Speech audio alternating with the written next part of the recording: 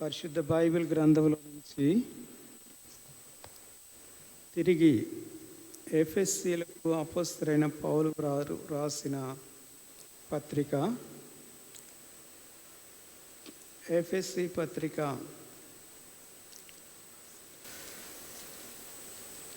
6వ అధ్యాయం. దయచేసి 18వ వచనం అందరం కలిసి చదువుకుందాం. ఎఫెసీ 6:18 అందరం కలిసి చదువుకుందాం. ఆత్మ వలన ప్రతి సమయమునందును ప్రతి విధమైన ప్రార్థనను విజ్ఞాపనము చేయొచ్చు. ఆ విషయమై సమస్త పరిశుద్ధుల నిమిత్తము పూర్ణమైన పట్టుదలతో విజ్ఞాపన చేయొచ్చు. మెలకువగా ఉండుడి. ప్రార్థన చేసుకుందాం.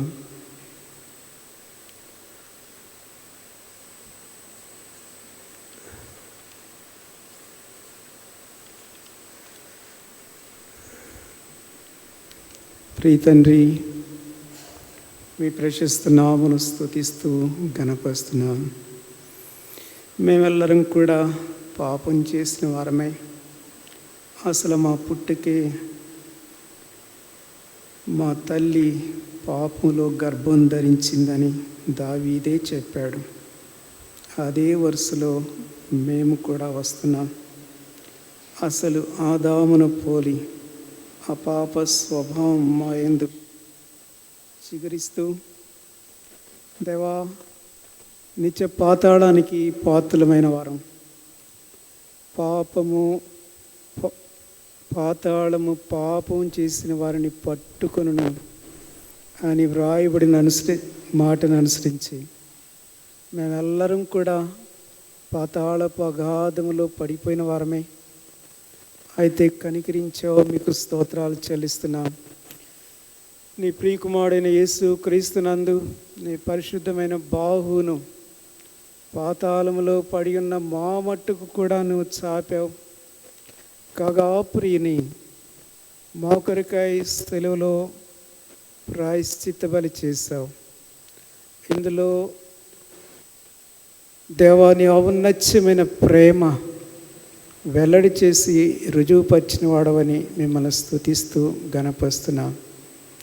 అయితే ఆ కలువరి ప్రేమ చొప్పున మా జీవితాలను దర్శించి పాతాళంలో నుంచి మా ప్రాణంను విమోచించావు నాయన.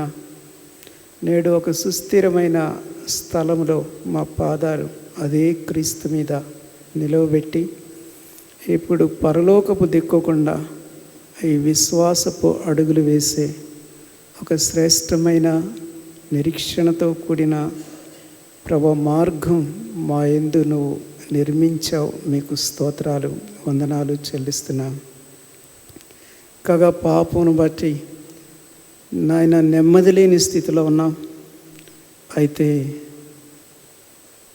మా పాప నుంచి విడుదల పొందిన నాడే హృదయంలో నెమ్మది ఇచ్చావు నాయన. ఆత్మకు శాంతినిచ్చావు, గుండెల్లో జీవాన్ని కుమ్మరించావు. మీకు స్తోత్రాలు.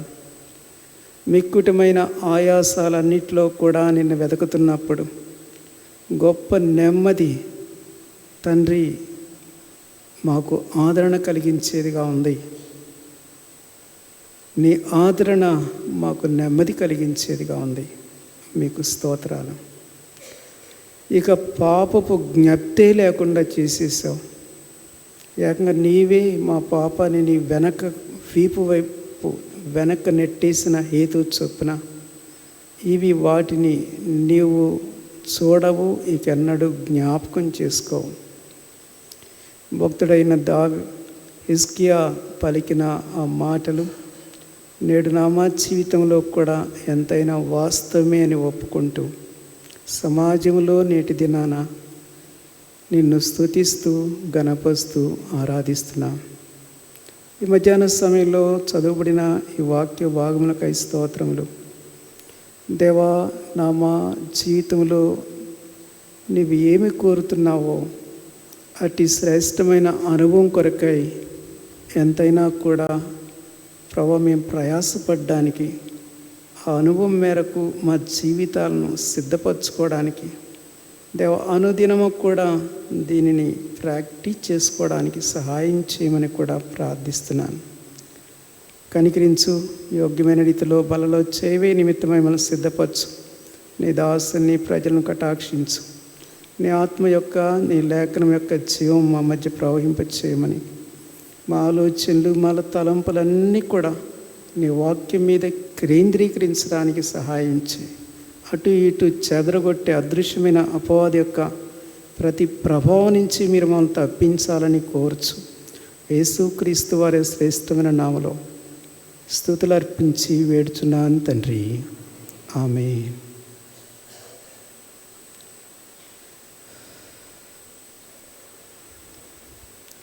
ప్రియులారా, గత 5 ప్రభు దినాలుగా ఆల్మోస్ట్ ఇప్పుడు మనం చదివిన ఈ వాక్యాన్ని ఆధారంగా చేసుకొని ప్రార్థన, దాని ప్రాముఖ్యత అనే అంశంపై ధ్యానం చేస్తూ వస్తున్నాం. ఎందుకు ఈ అంశాన్ని గురించి నేటి దినాల్లో ప్రత్యేకంగా మీ ముందుకు తేవడం జరుగుతుంది అంటే, ప్రస్తుతం మనం కొనసాగించబడుతున్న లేదా కొనసాగిస్తున్న ఈ దినాలు చాలా భయంకరమైన గడ్డు దినాలుగా ఉంటున్నాయి. మన ప్రభువైన యేసుక్రీస్తు వారి యొక్క రాకడను ఇవి మనకు జ్ఞాపకం చేస్తూ ఉంటున్నాయి. కనుక అలాగా ప్రభు వస్తున్నాడు అని గుర్తించే ఈ దినాల్లో ఒక వ్యక్తి అన్నిటికంటే ప్రాముఖ్యంగా తన జీవితంలో ప్రముఖమైన స్థానాన్ని ప్రార్థనకే ఇవ్వవలసిన వాడై ఉంటున్నాడు. అందుకని మన ప్రభు శరీరధారిగా ఈ లోకంలో ఉన్నప్పుడు మెలకు కలిగి ప్రార్థించండి అని పదే పదే చెప్పడం వింటూ వస్తున్నాం.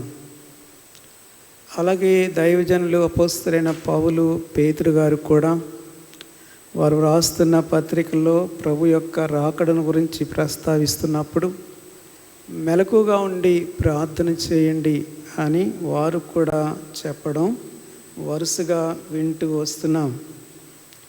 కనుక సరైన ప్రార్థనా జీవితాన్ని అలవర్చుకోలేని విశ్వాసులు ప్రభు వచ్చినప్పుడు ఇక మిగిలిపోవడమే అనేది జరుగుతూ ఉంది. ప్రియులారా, ఒక సోదరుడు ఒకసారి అన్నాడు కదా, నాకు పాటలే ప్రాణం అని అన్నాడు. అయితే దైవజనులు ఏమంటారు అని అంటే, ప్రార్థనే ప్రాణం, ప్రార్థన అనేది ఊపిరి లాంటిది అని అంటారు. ఒక దైవజనుడు ఏమన్నాడంటే, ప్రార్థన, స్తుతి ఈ రెండు కూడా మరి ఉచ్ఛ్వాస నిశ్వాస లాంటివట. అనగా పైకి పీలుస్తున్న రీతి ప్రార్థన అంటాడు. తర్వాత నిశ్వాస ఊపిరి తిరిగి విడుస్తున్నప్పుడు అది స్తుతి అంటాడు. కనుక ప్రార్థన ఉచ్ఛ్వాస నిశ్వాసలాగా ఒక విశ్వాసికి ఉండాలి. అప్పుడే అతడు బ్రతికేవాడుగా ఉన్నాడు అనేది దైవజనుల యొక్క అభిప్రాయం. ప్రియులారా, ప్రార్థన, దాని ప్రాముఖ్యత అనే అంశంలో ప్రథమంగా అపోస్తలులైన పౌలు గారి ప్రార్థన డైరీలో నుంచి 2 వారముల మట్టుకు కొన్ని సంగతులు మనం పరిశీలన చేస్తూ వచ్చాం. అలాగే దైవజనుడైన దావీదు రాజు యొక్క ప్రార్థన డైరీలో నుంచి కూడా మరి కొన్ని విషయాలు వరుసగా దృష్టిస్తూ వస్తున్నాం. అంతేకాదు, దావీదు ప్రార్థన గదిలో మరి ప్రార్థన నాదం వినబడ్డం మాత్రమే కాదు, అతని యొక్క కన్నీటు చెమ్మ కూడా మనం స్పర్శించగలిగిన వారంగా ఉంటూ ఉన్నాం. అనగా మనం ప్రార్థనలో కన్నీరు కారిస్తే అది ఏమాత్రము కూడా వ్యర్థం కాదు. ఎందుకంటే వాటిని అదృశ్యమైన రీతిలో దేవుడు వాటికి ఒక భరిణ, ఒక బుడ్డి ఆయన ఏర్పాటు చేసేవాడుగా ఉంటూ ఉన్నాడు. అంతేకాదు, మనం కన్నీరు కార్చి ప్రార్థిస్తున్నప్పుడు దానికి కూడా ఒక ప్రత్యేకమైన పుస్తకాన్ని ఆయన ఏర్పాటు చేసిన వాడుగా ఉన్నాడు.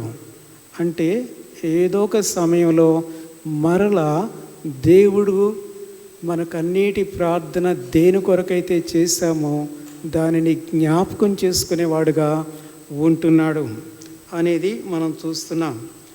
56వ కీర్తన 8వ వచనంలో ఆ మాట మనం చదివాం. మరొకసారి చదువుదాం రండి.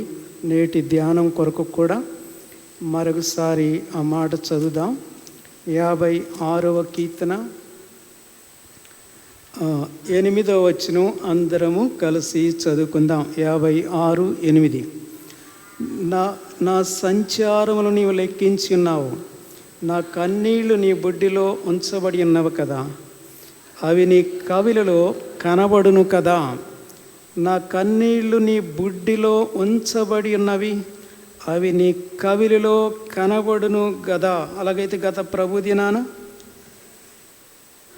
ప్రథమంగా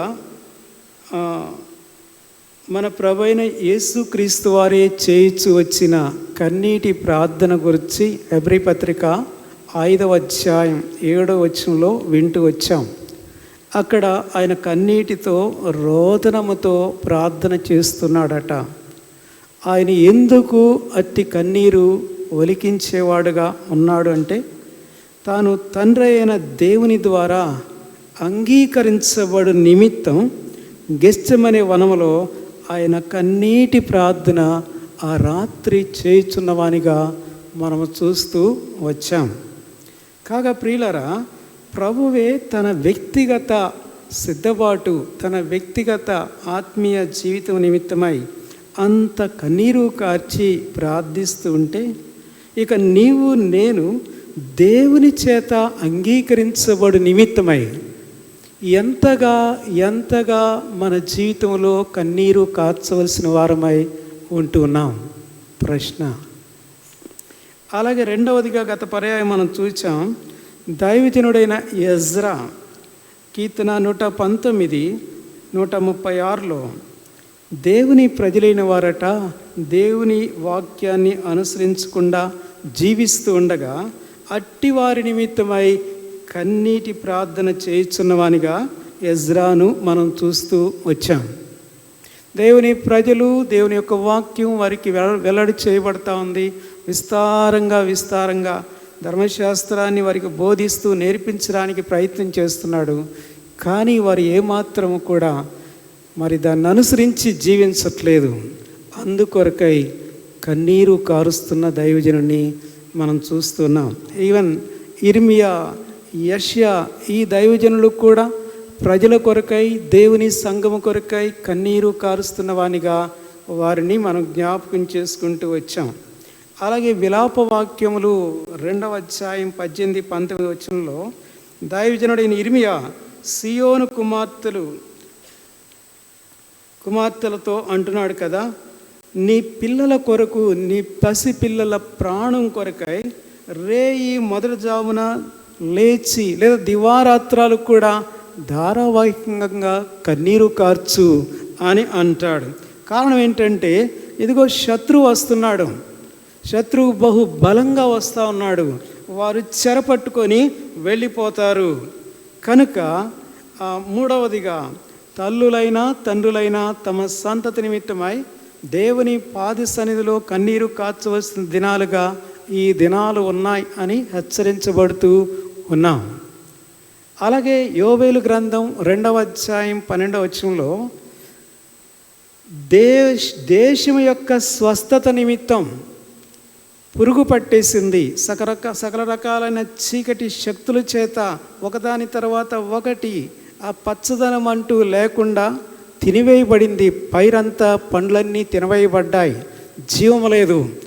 కనుక అక్కడ మనం చూస్తున్నాం యోవేలు గ్రంథంలో ప్రకటన, దేవుని సంఘమట సమాజంగా చేరి బలిపీఠం దగ్గర కూర్చొని కన్నీరు కార్చండి, దేశానికి మీ ద్వారా స్వస్థత కలుగు చేస్తాను అని యోవేలు గ్రంథంలో మనం చూస్తున్నాం.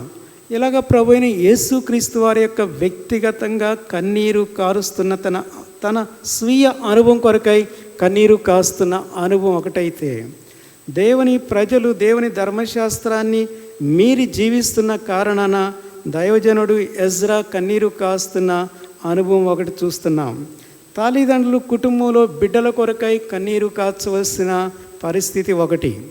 అలాగైతే దేవుని యొక్క సంఘం దేశం కొరకై దేవుని సమాజముగా మందిరంలో కూడి ప్రార్థిస్తే దేవుడు స్వస్థపరిచేవాడుగా ఉంటూ ఉన్నాడు. కాగా ప్రియులారి, మధ్యాహ్న సమయంలో ఇదే అంశం అనగా కన్నీటి ప్రార్థన అనే అంశంలో నేను మరికొంత ముందుకు తీసుకుని వెళ్ళి ఆ రీతిగా ప్రభు బల చెంతకు వెళ్ళాలని ప్రభు పాదం చెంత సిద్ధపడుతూ వస్తున్నాను. అలాగైతే వినండి, కన్నీటి ప్రార్థనకు దేవుడు స్పందిస్తాడు, లేదా కన్నీటి ప్రార్థనకు దేవుడు ప్రతిస్పందిస్తాడు అనే సత్యాన్ని మీ గమనానికి ఈ మధ్యాహ్న సమయంలో తెస్తాను. ఒక విశ్వాసి కన్నీటితో ప్రార్థిస్తున్నప్పుడు వినండి, దేవుడు ఎలా స్పందించేవాడుగా ఉంటున్నాడో లేఖనంలో నుంచి 2-3 సత్యాలని మీ గమనానికి ఈ మధ్యాహ్నం తీసుకుని వస్తాను. ప్రథమంగా రండి, సమూయేలు మొదటి గ్రంథానికి మనం వెళదాం. ఈ సందర్భంలో దేవుడు కన్నీటి ప్రార్థనకు ఎలా రెస్పాండ్ అయ్యేవాడుగా ఉంటున్నాడో లేదా ప్రతిస్పందించేవాడుగా ఉన్నాడో ఇక్కడ ఒక సంగతి మీ జ్ఞాపకానికి నేను తీసుకుని వస్తాను.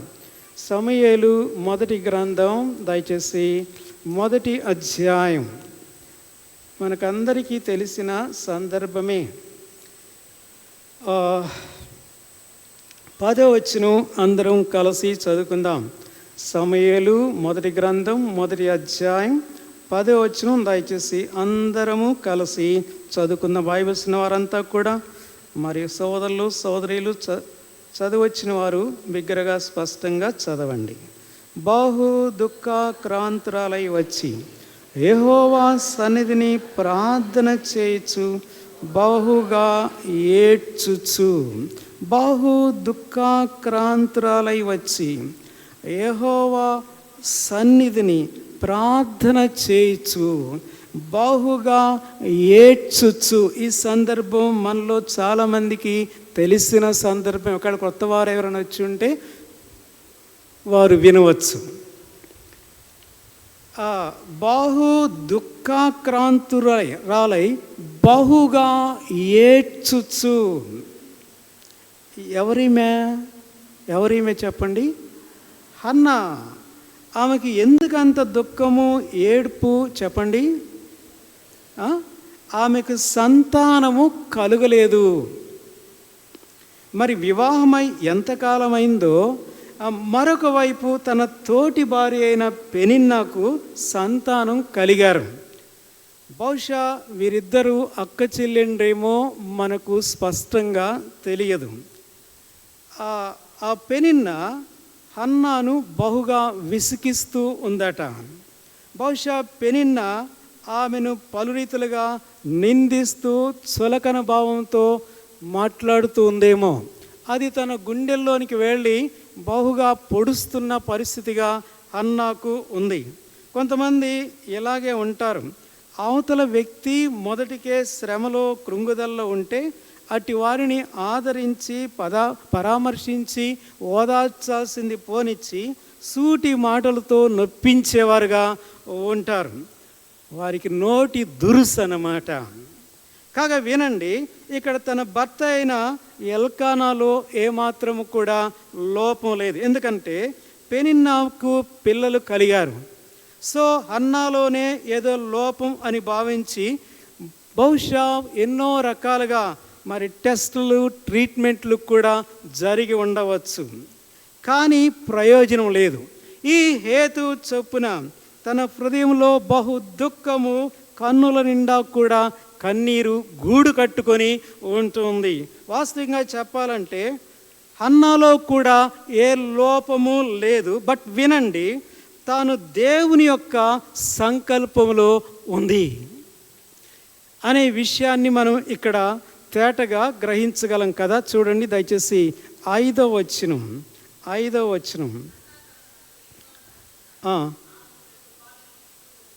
తర్వాత మాట, యెహోవా ఆమెకు సంతు లేకుండా చేసిన తర్వాత కూడా మాట ఉంది, యెహోవా ఆమెకు సంతు లేకుండా చేసి ఉన్న హేతువును బట్టి చాలు. యెహోవా ఆమెకు సంతు లేకుండా చేసి అనగా ఇక్కడ మనకి ఏమర్థం అవుతుంది? ఆమెకు గర్భఫలం ఇవ్వాలన్న దేవుడే, ఇవ్వకపోవడం కూడా దేవుని యొక్క వశంలోనే ఉంది. సో కాజ్ దేవుని దగ్గరే ఉంది. అయితే ఒక అద్భుతకరమైన బహుమానాన్ని తనకి ఇవ్వాలనేదే దేవుని యొక్క ఉన్నత సంకల్పమైందిగా ఇక్కడ ఉంది అనే విషయం మనము గ్రహించగలిగిన వారంగా ఉంటున్నాం. అయితే తన ఎడల దేవుని సంకల్పాలు ఒకవేళ తనకు మరుగై ఉండవచ్చు, కానీ ప్రియులరా తన దేవుడు ఎవరై ఉన్నారో అనే విషయం మాత్రం తనకు బాగా తెలుసు. దేవుని యొక్క సంకల్పాలు తన పట్ల ఏమై ఉన్నాయో తెలియకపోవచ్చు, కానీ తాను ఎరిగిన దేవుడు, తాను సేవించే దేవుడు ఎవరో అనే విషయం మాత్రం తనకు బాగా తెలుసు. అందుకనే ఇక్కడ తాను ఏం చేస్తుందంటే కన్నీటితో ప్రార్థన చేస్తూ ఉందట. అది కన్నీటితో ప్రార్థన చేస్తుంది. తనలో ఎంతో హృదయంలో కన్నీరు గూడు కట్టుకొని ఉంది. ఏదో మాటున చాటున తను కలిగే నిందలను బట్టి, తను కలిగే అవమానాలను బట్టి తను కన్నీరు కార్చడం కాదు, కానీ ఈ కన్నీరు తీసుకొని వెళ్ళి ఎక్కడ కుమ్మరిస్తుందంటే సరాసరి దేవుని యొక్క సన్నిధిలో కుమ్మరించేదిగా ఉంటుంది కదా. 10వ వచనం మరోసారి చదవండి, చదివాం కదా. యెహోవా సన్నిధిని ప్రార్థన చేయుచు బాహుగా ఏడ్చుచునే దేవుని యొక్క సన్నిధిలో ప్రార్థన చేస్తూ కన్నీరు కాస్తా ఉంది. బహుగా ఏడ్చుచు దుఃఖాక్రాంతరాలై ప్రార్థన చేస్తున్న అనుభవం మనం ఇక్కడ చూస్తూ వస్తున్నాం. అలాగైతే ఎక్కడ ఏడుస్తుంది, ఎక్కడ కన్నీరు కారుస్తుంది చెప్పండి? యెహోవా సన్నిధిని. ప్రియులారా, ఈ అధ్యాయంలో యెహోవా సన్నిధి అనే మాట మనకు పదే పదే కనబడడం చదవగలం. చూద్దాం రండి దయచేసి 11వ వచనం చివరి మాట, లాస్ట్. నేను యెహోవా సన్నిధిని ప్రార్థన చేయుచుండగా, యెహోవా సన్నిధిని. అలాగే 15వ వచనం చివరి లైను, నా ఆత్మను యెహోవా సన్నిధిని కుమ్మరించుకొనుచున్నాను. 22వ వచనం మధ్య భాగం, యెహోవా సన్నిధిని ఆగుపడి. ఈ యెహోవా సన్నిధి ఎక్కడ ఉంది? ఈ యెహోవా సన్నిధిని తను ఎక్కడ దృష్టిస్తుంది చెప్పండి? సరాసరి దేవుని యొక్క మందిరములోనికి వెళ్ళిపోతుంది, షిలోహులోనికి వెళ్ళిపోతుంది. అక్కడ దేవుని యొక్క సన్నిధిని తను గుర్తించేదిగా ఉంది కనుక అక్కడ దేవుని సన్నిధిలో తన యొక్క కన్నీరంతటిని ఒలికిస్తుంది. దేవుని యొక్క సన్నిధిలో తన హృదయంలో గూడి కట్టుకున్న ఆ భారము, వేదన, దుఃఖమంతటిని కూడా అక్కడ కుమ్మరించేదిగా ఇక్కడ హన్నా యొక్క జీవితంలో మనం చూస్తూ వస్తున్నాం. ప్రియులారా, దావీదు కూడా అదే అంటాడు. 62వ కీర్తన 8వ వచనం గమనించండి. ఎవరైనా పోని అలా చదివేసి వద్దాం. అక్కడే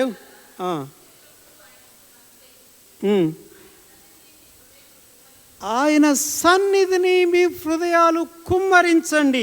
గుండెల్లో ఎంత వేదన ఉందో, ఎంత స్టాక్ అయిన కన్నీరు ఉందో ఆయన సన్నిధిలోనికి వచ్చి అక్కడ ఒలికించండి అని దావీదు చెప్పడం మనం చూస్తూ వస్తున్నాం. పిల్లరా వినండి, మనం వ్యక్తిగతంగా మన గృహాల్లో చేరి ప్రార్థించేదానికి, దేవుని యొక్క సన్నిధిలో లేదా దేవుని యొక్క మందిరములో ప్రవేశించి ప్రార్థించేదానికి చాలా చాలా వ్యత్యాసం ఉందండి.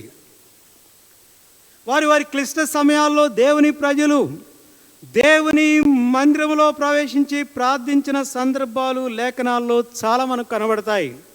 ఉదాహరణకు రాజైన హిజ్కియా దినాల్లో ఉదయకాలం మనం హిజ్కియాను గురించి అలాగా స్పర్శించి వచ్చాం. 38వ అధ్యాయం యెషయా గ్రంథంలో హిజ్కియాను గురించి మనం చూస్తే అష్షూరీయులు యూదా జనాంగం మీదకి దండెత్తి వస్తారు. అప్పుడు రాజైన హిజ్కియా ఏం చేస్తాడో చెప్పమంటారా? సరాసరి ఒక పత్రం తీసుకుంటాడు. అనగా అష్షూరీయుల నుంచి తన చేతికి వచ్చిన ఒక పత్రం తీసుకొని ఆ పత్రాన్ని సరాసరి దేవుని యొక్క మందిరంలోనికి వెళ్ళిపోతాడు. అక్కడికి వెళ్ళి దాన్ని విప్పి తను ప్రార్థిస్తున్నవానిగా హిజ్కియాను మనం చూస్తూ వస్తాం. అంతేకాదు, దయచేసి చదవండి ఆ మాట. పోనీ యెషయా గ్రంథం 37వ అధ్యాయం మొదటి వచనం.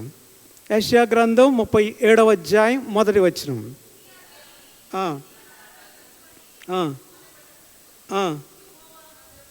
ఎక్కడికి వెళ్ళాడట? Into the presence of God. Jehovah మందిరమునకు వెళ్ళి. చాలు, 37వ అధ్యాయం 15వ వచనం.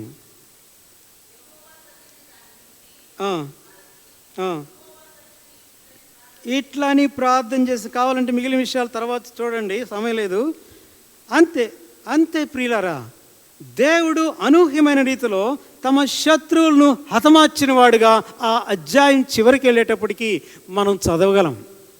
దేవుని మందిరంలోనికి వెళ్ళిపోయి తన హృదయాన్ని, తన హృదయంలో ఉండే భారాన్ని ఆయన సన్నిధిలో కుమరించుకున్నప్పుడు వెంటనే దేవుడు రెస్పాండ్ అయ్యేవాడుగా ఉంటున్నాడు కదా. అలాగే మనం చూస్తే దినవృత్తాంతముల గ్రంథం 2వ అధ్యాయం 20వ వచనంలో కూడా రాజైన యెహోషాపాతు కాలంలో ఆ పలు రకాలైన శత్రు సమూహాలు 4 వైపుల నుంచి వచ్చి ఆ యూదా జనాంగాన్ని చుట్టుకుంటూ వస్తారు. అయితే యెహోషాపాతు ఏం చేస్తాడో చెప్పమంటారా? దేవుని ప్రజలను దేవుని యొక్క మందిరంలోనికి అందరిని కూడా రమ్మని చెప్తాడు. దేవుని మందిరంలో సమకూర్చి ప్రార్థన చేయడం మొదలు పెడతారు. తత్ఫలితంగా ఏమైందంటే, తన మీదికి వచ్చిన శత్రు సమూహాలట వారి ఖడ్గాల్ని ఒకరి తట్టు ఒకరు తిప్పుకొని ఒకరినొకరు చంపుకోవడం మొదలు పెడతారు. దీన్నే ఏమంటామంటే దేవుడిచ్చే బెరాక లోయ విజయం అని అంటాం. ఎందుకు చెప్తున్నానంటే, క్లిష్టమైన సమయాల్లో, శ్రమానుభవాల్లో సరాసరి దేవుని మందిరంలో ప్రవేశించి ప్రార్థించే ప్రార్థనను దేవుడు ప్రత్యేకమైన రీతిలో హానర్ చేసేవాడుగా ఉంటూ ఉన్నాడు. అందుకనే యెషయా గ్రంథం 57వ అధ్యాయంలో ఆయన మందిరానికి ఇవ్వబడే ఒక బిరుదు ఏంటంటే, దయచేసి రండి, యెషయా గ్రంథం 57వ అధ్యాయం 7వ వచనం ఏమంటాడు? 7వ వచనం, క్షమించండి, 56వ అధ్యాయం 7వ వచనం. నా మందిరములో, ఎక్కడంట? నా ప్రార్థనా మందిరములో వారిని ఆనందింప చేసేదును. దేవుడు ఇచ్చే ఆనందం ఎక్కడంట? ఆయన సన్నిధిలో, ఆయన ప్రార్థనా మందిరములో. సో ఏంటి దీని బిరుదు? నా ప్రార్థన మందిరము. కాగా క్రిందికి రండి, కాస్త క్రిందికి రండి. తర్వాత మాట ఏమంటాడు? నా మందిరము సమస్త జనులకు ఏమనబడుతుందంట? ప్రార్థనా మందిరము అనబడును. ఎందుకు చెప్తున్నానంటే, ఈ సత్యాన్ని హన్నా తన జీవితంలో ఎరిగింది కనుక సరాసరి దేవుని మందిరంలో ప్రవేశించి తన హృదయంలోనున్న దుఃఖాన్ని, ఏడుపును, కన్నీటిని దేవుని సన్నిధిలో అలాగ కుమ్మరించేదిగా ఉంటుంది. అవును ప్రియులారా, దాని ఫలితమే సమూయేలు కదా. రండి మరోసారి 20వ వచనం చదువుదాం. సమూయేలు మొదటి గ్రంథం 1వ అధ్యాయం 20వ వచనం. అన్నా గర్భం ధరించి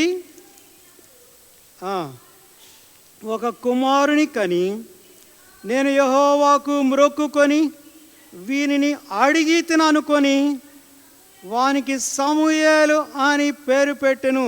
కనుక దేవునికి మ్రొక్కుకొని అడిగిందంట. ఎలాగ అడిగింది అంటే, ఓ కన్నీరు కారుస్తూ దేవుని ప్రార్థన సన్నిధిలో, దేవుని మందిరంలో చేరి అడిగింది. అడిగిన ఫలితమే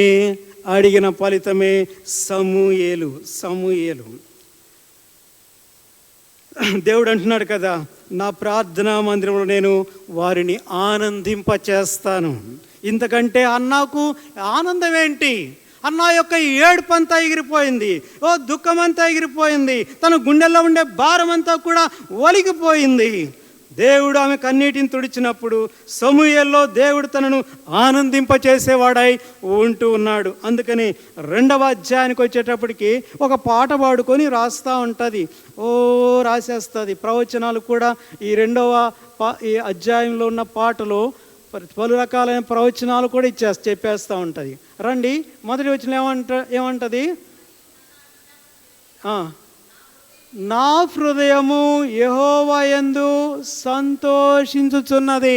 ఒకప్పుడు తన యొక్క హృదయము ఎంతో వేదనతో, దుఃఖముతో, కన్నీటితో, భారంతో నిండుకున్న హృదయం ఇప్పుడు 2వ అధ్యాయానికి వచ్చేటప్పటికి ఏం పాట పాడుతుందంటే, నా హృదయము చెప్పండి, ఎవరు ఏందంట? యెహోవా యందు సంతోషించుచున్నది. ఆయన సన్నిధిలో చేసే ప్రార్థన తన భారం అంతటిని తొలగింపజేసి తనకు సంతోషాన్ని కలిగించే అనుభవం మనకి ఇక్కడ చూస్తాం. My heart rejoice in the Lord. Why? దుఃఖము, ఏడ్పు, కన్నీరంతా కూడా ఎగిరిపోయింది. కాక ప్రియులారా, దేవుని సన్నిధిలో ప్రవేశించి కన్నీటితో చేసే ప్రార్థనలకు దేవుడు ఎలా ప్రతిస్పందిస్తాడో అనే దానికి ఈ సందర్భాన్ని ప్రథమంగా మీ గమనానికి నేను తీసుకుని వస్తున్నాను. హన్నా కన్నీటి ప్రార్థన ఫలితంగా మూయబడిన తన గర్భం నుండి దేవుడు ఒక అద్భుతకరమైన దైవజనుణ్ణి, సమూయేలుని వెలుపలికి తెచ్చిన వాడుగా ఉంటున్నాడు.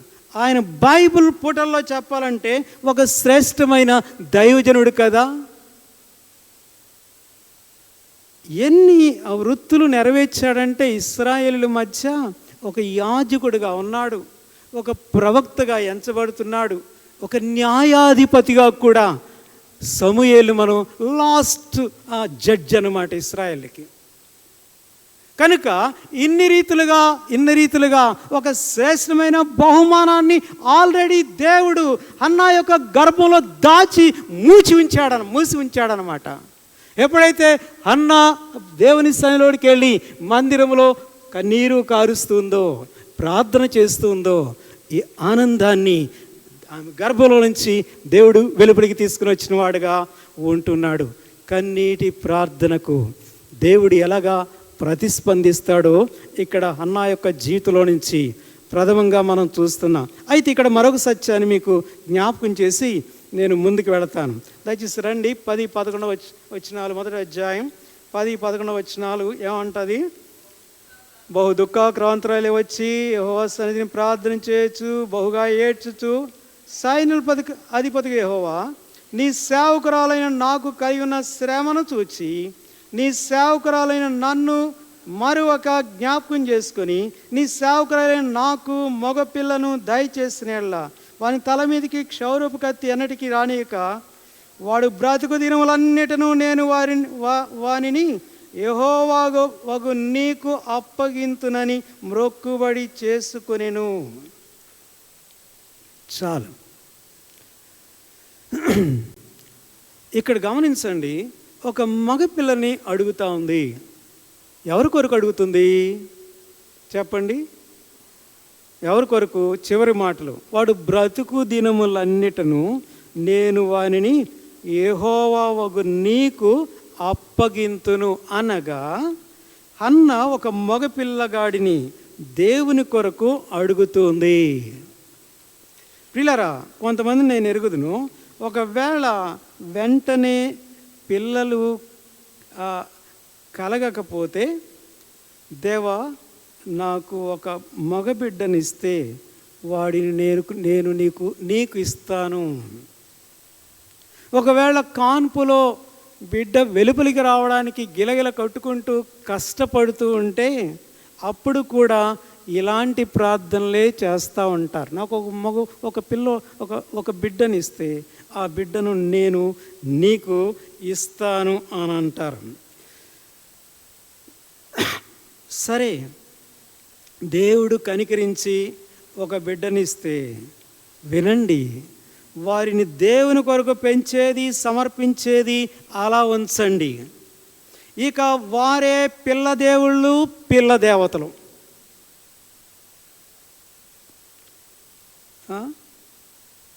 ఏకంగా వారిని దేవుని స్థానంలో పెట్టేస్తూ ఉంటారు. ఇంతకంటే మోసగాళ్ళు ఉంటారండి? దేవుణ్ణే మోసగించేవాళ్ళు అన్నమాట వీళ్ళు. ఉన్నారు అలాంటి వాళ్ళు, నేను ఎరుగుదును.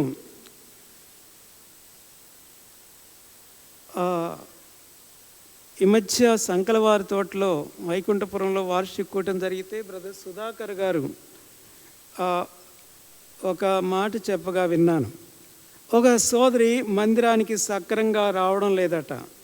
సిద్దిపేట ప్రకాష్ గారు, ఏమమ్మా ఆదివారం మందిరానికి రాలేదు అని అడిగితే, ఈ పిల్లలతో సరిపోతుందన్నా నాకు. ఎవరితో సరిపోతుందంట? పిల్లలతో సరిపోతుందంట. మీలో కూడా ఉన్నారా ఎవరైనా?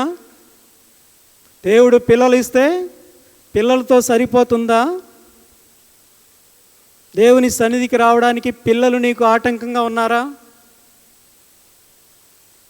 ఆయన అన్నాడంటే వెంటనే, అవునమ్మా, దేవుడు నీకు పిల్లల్నిచ్చి పెద్ద తప్పు చేశాడు. అసలు నీకు గర్భం తెరవకపోయి ఉంటే అప్పుడు సక్రంగా మందిరానికి వచ్చేదానివి కదా. దేవుడు మనకు పిల్లలు ఇవ్వకపోతే పరుగులిడికి మందిరానికి వచ్చేవాళ్ళమా? అప్పుడు కూడా నిందే, దేవుడు నాకు పిల్లలు ఇవ్వలేదు. ప్రియ సోదరా సోదరి, గమనించండి, ఏకంగా దేవుని స్థానంలో మన పిల్లలు వచ్చి నిలబడ్డారంటే ప్రియులారా, పిల్లలే వారే విగ్రహాలు. జాగ్రత్త, దేవుడు దేనిని ద్వేషిస్తాడంటే విగ్రహాన్ని ద్వేషిస్తాడు. అక్కడ Hannah a great women of God అని చెప్పాలి. కలగక నిందలన్నీ భరించి ఒక కుమారుని మరి కంటూ ఉంది, మొక్కుబడి చేసుకొని కంటా ఉంది, నీకు ఇస్తానంటా ఉంది. ఇక తిరుగులేదన్నమాట. వాడు పాలు విడవక ముందే విడవగానే తీసుకెళ్ళి తన మొక్కుబడిని అనుసరించి దేవుని సన్నిధిలో ఆ బిడ్డను అలాగా సమర్పించేసి వచ్చేస్తుంది కదా. ఎంత చక్కటి దైవజనురాలండి, అనుకరణీయమైన దైవజనురాలన్నమాట. సో ప్రథమంగా మనం చూస్తున్నాం హన్న కన్నీటి ప్రార్థన. దేవుడు మనకి పిల్లలు ఇచ్చాడా? వారితో మరి అధికంగా ప్రభువుని సేవిద్దాం. వారిని దేవుని యొక్క సన్నిధిలో దేవుని కొరకై వారిని సమర్పించి వారిని దేవుని రాజ్య వ్యాప్తి కొరకై సిద్ధపరుద్దాం. దేవుని యొక్క సన్నిధిలో ఉండే ఆశీర్వాదాలు వారి జీవితంలో స్వతంత్రించుకునేలాగా చేద్దాం. ఇది అన్న యొక్క జీవితంలో మనం ఎరగవలసిన సత్యం. ఓ గొప్ప దైవజనుని కన్నది, ఒక యాజకుడిని కన్నది. భ్రష్టత్వంతో నింపబడిన కాలంలో ఒక శ్రేష్టమైన యాజకుడు, చిన్నప్పుడే యాజకుడిగా ఎంచబడ్డాడు. అంతేకాదు, ఒక ప్రవక్త, ఇశ్రాయేలులో శ్రేష్టమైన ప్రవక్త బైబిల్ పుటల్లో కనబడుతున్నాడు. అంతేకాదు, ఇశ్రాయేలుకి న్యాయాధిపతి. ఎంత వెలగలిగిన వ్యక్తిని దేవుడు ఆ అన్న యొక్క గర్భంలో ఉంచాడు. ఎక్కడి నుంచి పొందిందంటే దేవుని సన్నిధిలో చేరి కన్నీరు కార్చి ప్రార్థిస్తూ ఉండగా దేవుడు అద్భుతకరమైన రీతిలో దాచి ఉంచిన ఆయన సంకల్ప సిద్ధిలో వెలుపలికి తెస్తున్నాడు. కన్నీటి ప్రార్థన చేయడానికి నేర్చుకుందామా? దేవుడు మూయబడిన వ్యక్తులను వెలుపలికి తీసుకొని వస్తాడు. అలాగా ప్రభు మనకు సహాయం చేయనుగాక. రెండవదిగా చూస్తాం ప్రియులారా, మనం హోషేయ గ్రంథానికి కానీ వెళ్ళినట్లయితే ప్రవక్త అయిన హోషేయ ఒక ఆయన గురించి వ్రాస్తాడు. ప్రవక్త అయిన హోషేయ 12వ అధ్యాయం రాసేటప్పటికి అక్కడ ఒక వ్యక్తిని గురించి వ్రాయడం మనం చదువుతాం. చూద్దాం రండి. హోషేయ గ్రంథం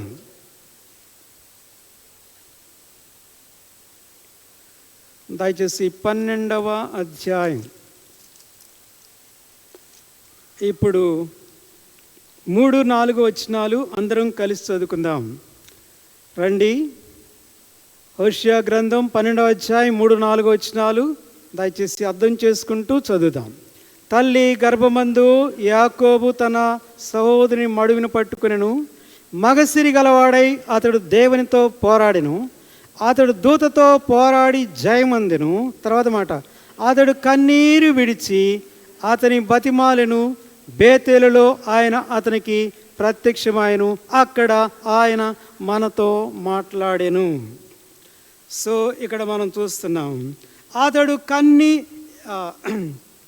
ఇక్కడ యాకోబును గురించి హోషేయ తడిపొడిగా ఈ వచనాల్లో మాట్లాడుతూ ఉంటాడు. ఇందులో ఒక మాట ఏంటంటే అతడు దూతతో పోరాడి జయమందాడట. తర్వాత మాట, అతడు కన్నీరు విడిచి ఆ దూతను బ్రతిమిలాడినాడట. ఇది యాకోబు కన్నీరు. అలాగైతే యాకోబు కన్నీరు విడిచి దేవుని బ్రతిమిలాడిన సందర్భం ఎప్పటిది చెప్పండి? ఎప్పటిది? ఆదికాండం 32వ అధ్యాయానికి కానీ వెళితే అక్కడ ఈ సందర్భం మనకు కనబడుతుంది. రండి ఒకసారి ఆదికాండం 32వ అధ్యాయం.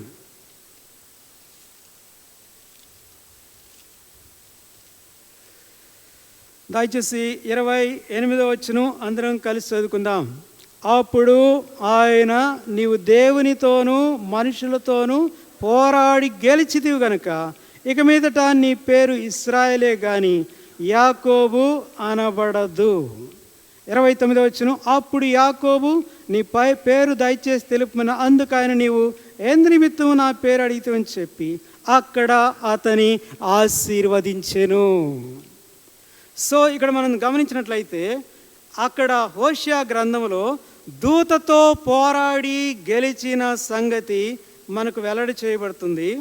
అయితే ఇక్కడికి వస్తే దేవునితోనూ మనుషులతోనూ పోరాడి గెలిచితి. వాస్తవంగా దేవుడు అనే మాటను అక్కడ హోషేయ దూతగా అభివర్ణించి చెప్తున్నాడు. కానీ ఇక్కడ ఆ దూత ప్రభువైన యేసుక్రీస్తు అనే విషయం మనకు చాలా స్పష్టంగా వెల్లడి చేయబడుతుంది కదా. దయచేసి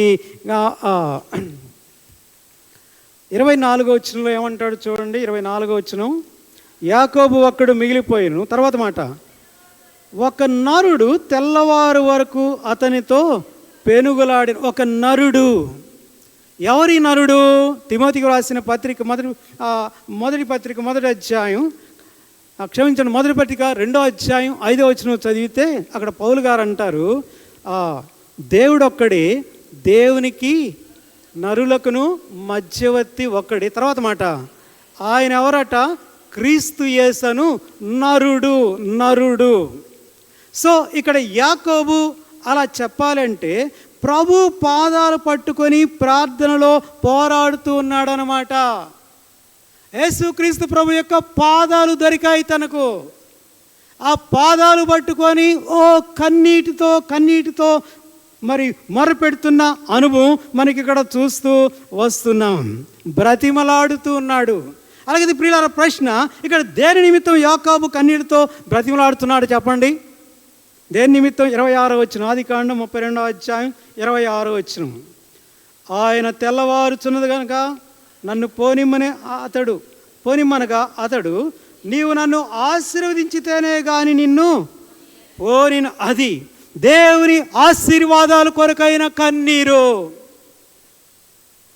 చూడండి, యాకోబు వాస్తవికంగా తన మామ చెంతకు వెళ్ళి తన చేతుల కష్టం మీద చాలా చాలా చాలా చాలా సంపాదించుకున్నాడు. 21 సంవత్సరం.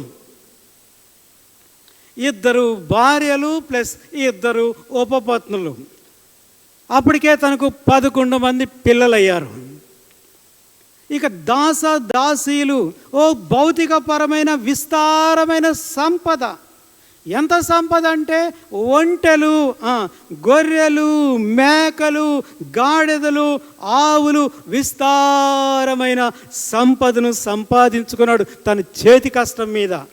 ఉదాహరణకు ఇక్కడే మనం గమనించినట్లయితే యాకోబట తన అన్నకు ఒక కానుక లేదా గిఫ్ట్ ఒకటి తయారు చేసి తన దాసుల చేత అన్నకు పంపిస్తాడు. ఎంత ఉందో ఆ గిఫ్ట్ ప్యాక్లో ఏమేమి ఉన్నాయో చూద్దామని రండి. దయచేసి 13 నుంచి 15 వరకు ఎవరైనా చదవండి. పోని గడిపి తాను సంపాదించిన దానిలో తన అన్నయ్యైన ఏశావు కొరకు ఒక కానుక అంటే ఒక గిఫ్ట్ ప్యాక్ అనగా ఎంత ఉంది దాంట్లో? 200 మేకలను, 20 మేకపోతులను, 200 గొర్రెలను, 20 పొట్టేళ్లను, 30 పాడి ఒంటెలను, వాటి పిల్లలను, 40 ఆవులను, 10 ఆవుబోతులను, 20 ఆడుగాడిదలను, 10 గాడిద పిల్లలను తీసుకొని, తర్వాత కావాలంటే చదువుకోండి.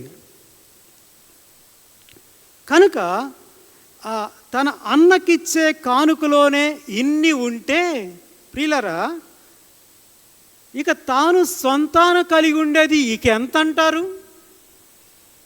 జస్ట్ ఒక్క కానుక, అన్నకిచ్చే కానుకలోనే ఇన్ని ఉంటే ఇక తాను కలిగి ఉన్న సంపాదించిన ఆ సంపాదన ఇంక ఎంత అంటారు?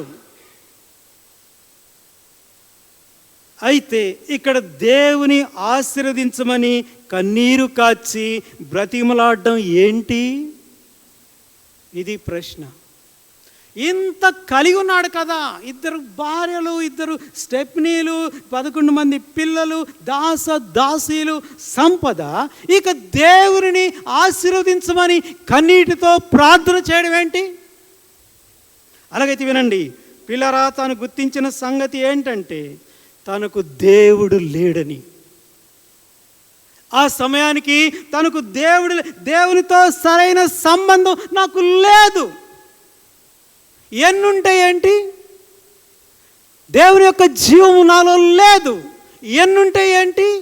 దేవుని యొక్క నిత్య జీవానికి నేను అర్హుడిగా బ్రతకలేకపోతున్నాను. ఎన్నుంటే ఏంటి? తత్ఫలితంగా గుండెల్లో భయం ఏర్పడింది, మరణ భయం ఏర్పడింది, ఆందోళన ఏర్పడింది, అశాంతి ఏర్పడింది, కలవరం ఏర్పడింది. ఇవన్నీ కూడా గుండెల్లో చోటు చేసుకుని ఉన్నాయి. కనుక ఇప్పుడు తనను స్వయాన దేవుడే ఆశీర్వదించాలని కన్నీటితో ప్రాధేయపడుతూ ఉన్నాడట. గట్టిగా దేవుని పాదాలు పెట్టుకొని పెనుగులాడుతున్నాడు, ఒంటరిగా పెనుగులాడుతున్నాడు. నీవు నన్ను ఆశీర్వదించితేనే కానీ నేను నిన్ను కదలనివ్వను, నేను నిన్ను పోనీయను. తత్ఫలితంగా దేవుడు తనను ఆశీర్వదించకుండా ఉండలేకపోతూ ఉన్నాడు. అది కదా 29వ వచనం. అప్పుడు యాకోబు నీ పేరు దయచేసి తెలుపమనెను చెప్పి అక్కడ అతనిని ఒక విశ్వాసి కన్నీటితో దేవుని ఆశీర్వాదాల కొరకు ప్రార్థన చేస్తే దేవుడు ప్రతిస్పందించి ఆశీర్వదించేవాడుగా ఉంటున్నాడు కదా. అయితే ఇక్కడ గమనించండి, చాలామంది యొక్క ఆలోచన ఏంటంటే ఈ భౌతిక సంబంధమైన ఆస్తిపాస్తులు, సంపద ఇదంతా దేవుడు మమ్మల్ని ఆశీర్వదించగా పొందినాం అని అనుకుంటూ ఉంటారు. కానీ నేనంటాను అది తప్పుడు ఆలోచన. అపవాది కూడా ఇహలోక సంపద దండిగా ఇస్తాడు, గుర్తుపెట్టుకోండి. గత వారంలో ఒక సోదరిని దర్శించినాం, రక్షించబడింది, బాప్తిసం కూడా తీసుకుంది. కానీ దేవుని సన్నిధికి రాదే. దేవుని సన్నిధికి ఎప్పుడో మాసాల తర్వాత ఈరోజు వచ్చిందా లేదా, వచ్చినా కూడా పర్వాలే, వస్తుంది. అది కూడా ఎప్పుడో రెండో మెసేజ్ ముగింపుకో అలా కూర్చొని వెళ్ళిపోతుంది. 2 కొడుకులు, 2 సాఫ్ట్వేర్ ఇంజనీర్స్, బంగారం సంపాదించుకుంది. వ్యాపారంలో లాభం వస్తుంది, పశువులు, సంపద, గేదెలు, మేకలు, ఈ మధ్య మేకలు కూడా పోగు చేసింది, బాగానే ఉంది. ఒకడు రక్షించబడ్డాడు కొడుకుల్లో, ఒకడు రక్షణ లేదు. భర్త అసలు దేవుని వాసనే లేని పరిస్థితి. నేను ఆ సహోదరితో ఇలాగనే అన్నాను, యేసు ప్రభు వచ్చే దినాలు సమీపమైనాయి. ఒకవేళ ప్రభు వస్తే 100కి 100 పాళ్ళు నేను ఖచ్చితంగా చెప్తున్నా, నీవు ఎత్తబడం.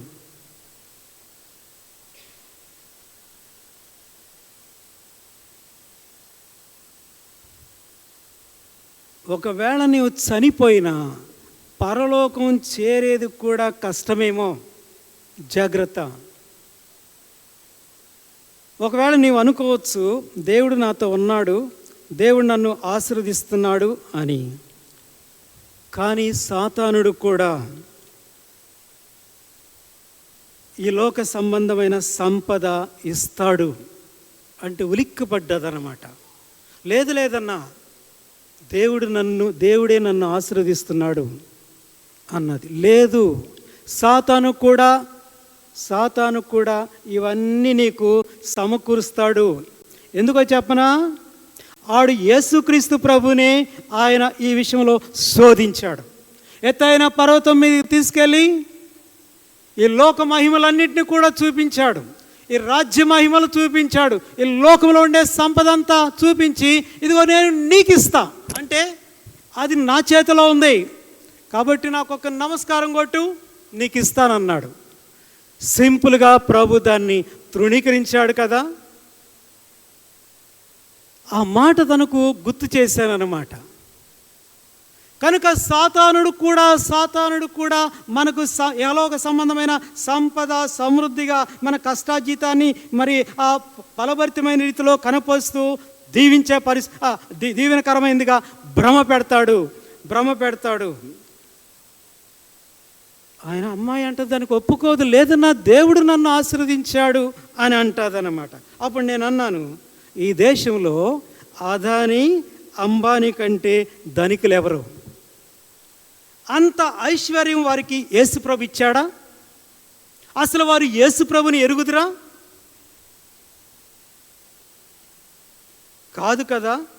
అవును, నేను ఆత్మ సంబంధమైన ప్రతి విధమైన ఆశీర్వాదంలో కొనసాగుతూ దేవుని కలిగి దేవుని సంతోషపరుస్తూ జీవిస్తున్నాను.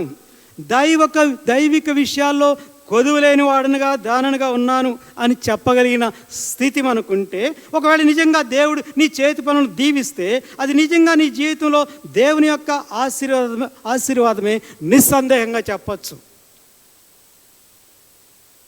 అసలు దేవునితో సరైన స్పర్శ లేకుండా, దైవిక నియమాలు ఏమాత్రం కూడా నువ్వు పాటించకుండా దేవుడు నన్ను ఆశీర్వదిస్తున్నాడని తలంచే వ్యక్తి భ్రమలో ఉన్నాడు లేదా మోసంలో కొనసాగుతున్నాడు అనే విషయాన్ని ఎరగాలి. అలాగైతే ఇక్కడ యాకోబు జీవితంలో ఎరగవలసిన సత్యం ఇదేనండి. భౌతికంగా చాలా సంపద, ఇప్పుడు చెప్పాను కదా, చాలా సంపద కలిగి ఉన్నాడు. కానీ దైవిక సంబంధమైన ఆశీర్వాదాల కొరకై కన్నీరు కాచి బ్రతిమలాడుట ఎలా? దేవునితో తనకు సరైన సంబంధం లేదన్నమాట.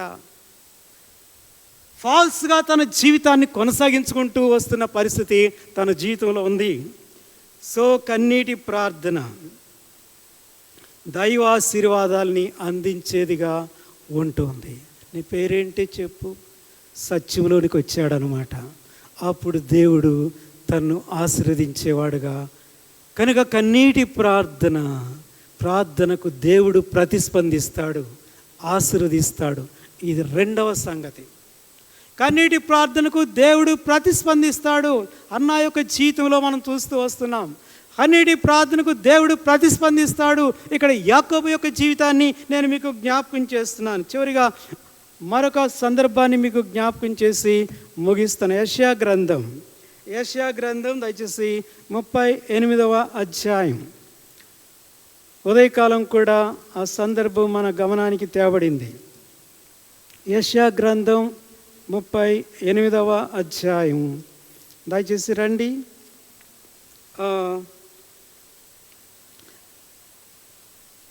1 నుంచి 5వ వచనం వరకు మార్చి చదువుకుందాం. 38వ అధ్యాయం యెషయా గ్రంథం. 1వ వచనం నేను చదువుతాను, 2వ వచనం మీరు చదవండి. బైబిల్స్ ఉన్నవారంతా కూడా దయచేసి లేఖనం మీద మనస్సు నిలవబెట్టి అర్థం చేసుకుంటూ చదవండి. ఆ దినములో హిజ్కియాకు మరణకరమైన రోగం కలగగా ప్రవక్తయు ఆమోజు కుమారుడైన యెషయా అతని యొద్దకు వచ్చి, నీవు మరణమవుతున్నావు, బ్రతుకు గనుక నీ ఇల్లు చక్కబెట్టుకొనమని యెహోవా సెలవిస్తున్నాడని చెప్పగా, చదవండి. యెహోవా యథార్థ హృదయుడినై సత్యముతో నీ సన్నిధిని నేను ఎట్లు నడుచుకుంటున్నావు, నీ దృష్టికి అనుకూలంగా సమస్తం నేను ఎట్లు జరిగించుతునో కృపతో జ్ఞాపకం చేసుకునమని హిజ్కియా కన్నీళ్లు విడుచుచు యెహోవాను ప్రార్థింపగా. 5వ వచనం అందరం కలిసి చదువుదాం. నీవు తిరిగి హిజ్కియా యొద్దకు పోయి అతనితో ఇట్లనము, నీ పితరుడైన దావీదునకు దేవుడైన యెహోవా నీకు సెలవిచ్చిందేమనగా, నీవు కన్నీళ్లు విడుచుడు చూచితిని, నీ ప్రార్థన నేను అంగీకరించి ఉన్నాను. 6వ వచనం నేను చదువుతాను. ఇంకా 15 సంవత్సరముల ఆయుష్యము నీకు ఇచ్చేదను చాలు. ప్రియులారా, ఇక్కడ రాజైన హిజ్కియాకు కలిగిన రోగం మరణకరమైన రోగం. బహుశా ఆ రోగం క్యాన్సర్ అని అంటారు. దేవుడు అంటాడు, ఇక నీ ఇల్లు చక్కబెట్టుకోబాయ్. వాస్తవంగా చెప్పాలంటే హిజ్కియా గొప్ప దైవజనుడైన రాజు. యూదా రాజుల్లో హిజ్కియా శ్రేష్టమైన దైవజనుడైన రాజు అని చెప్పడానికి ఏమాత్రం సందేహం లేదు. చాలా భయభక్తులతో కూడిన రాజు. దేవుడు అంటున్నాడు, నీ ఇల్లు చక్కబెట్టుకో, టైం అయిపోయింది, ఇంక నా దగ్గరికి వచ్చేయచ్చు. గృహంలో ఉన్న సంగతులన్నీ కూడా సెటరేట్ చేసేయి, నీ తర్వాత ఎవరు రాలో. అలాగే ఇంకేదైనా పెండింగ్ సంగతులు ఏమైనా ఉంటే వాటన్నిటిని కూడా అప్పచెప్పేయి, వాటన్నిటి సెటరేట్ చేసుకో. కానీ హిజ్కియాకు మరణించడం ఇష్టం లేదు. కనుక ఏం చేస్తున్నాడు? కన్నీటితో దేవుణ్ణి ప్రార్థిస్తున్నాడట. ఆ ప్రార్థనకు దేవుడు ప్రతిస్పందిస్తున్నాడు కదా. కాగా 4-5 వచనాలు చదవండి.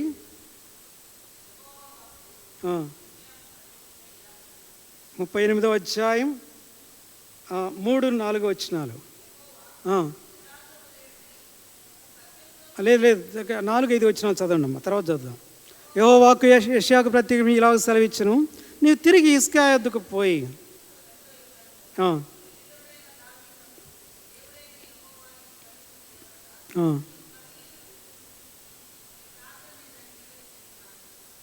కన్నీళ్ళు విడుచుట నేను చూచాను, నీ ప్రార్థన నేను అంగీకరించాను. తత్ఫలితంగా 15 సంవత్సరాల ఆయుస్సు పొడిగింపు. చూడండి, ఏదైనా రోగం వస్తే, అది చచ్చేటంత రోగం వస్తే గుండెల నిండా గంపడంత దుఃఖం ఉంటుంది. డాక్టర్ సర్టిఫికేట్ ఇచ్చేస్తే, టెస్ట్లు అయిన తర్వాత సో అండ్ సో రోగం వ్యాధి అని అంటే ఆ వ్యక్తికి తెలిసిందంటే ఆ వ్యక్తి యొక్క కన్నీరు ఇంతంత కాదు. గుండెల నిండా కన్నీటితో నిండే పరిస్థితి ఉంటుంది. కనబడే వారందరి ఎదుట ఓ కన్నీరు ఒలికిచ్చేస్తూ ఉంటారు. అంతేకాదు, ఇక అప్పటి నుంచి కన్నీరు కాచి దేవుని చెంత ఓ ప్రార్థించేవారుగా కూడా ఉంటాం. అయినా కూడా వ్యాధి భారం అంతకంతకు అధికమైపోతూనే ఉంటుంది.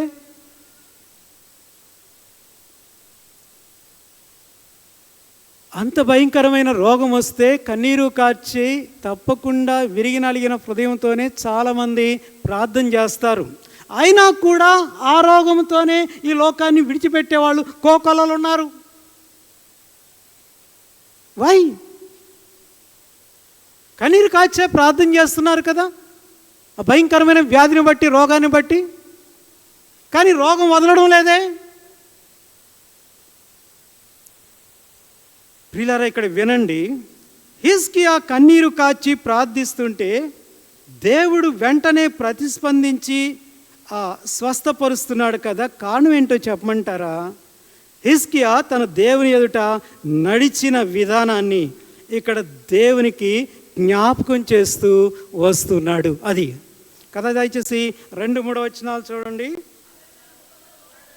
తర్వాత మాట, యెహోవా ఎలా నడిచాడంట? యథార్థ హృదయుడనై. చదవమ్మా. సత్యముతో నీ సన్నిధి, with truth and perfect heart. నేను దేవా యథార్థ హృదయుడనై సత్యముతో నీ సన్నిధిలో నేను ఎలాగా నడిచినానో జ్ఞాపకం చేసుకో. తర్వాత మాట, నీ దృష్టికి అనుకూలంగా నేను సమస్తాన్ని జరిగించాను కదా. ఎలాగ జరిగించానో ఒకసారి జ్ఞాపకం చేసుకో. దేవా దేవా, నేను నీ సన్నిధిలో యథార్థతతో సత్యముతో నడిచాను. ప్రియులారా, ఎక్కడైతే యథార్థత సత్యం ఉంటుందో అక్కడ నటన ఉండదు.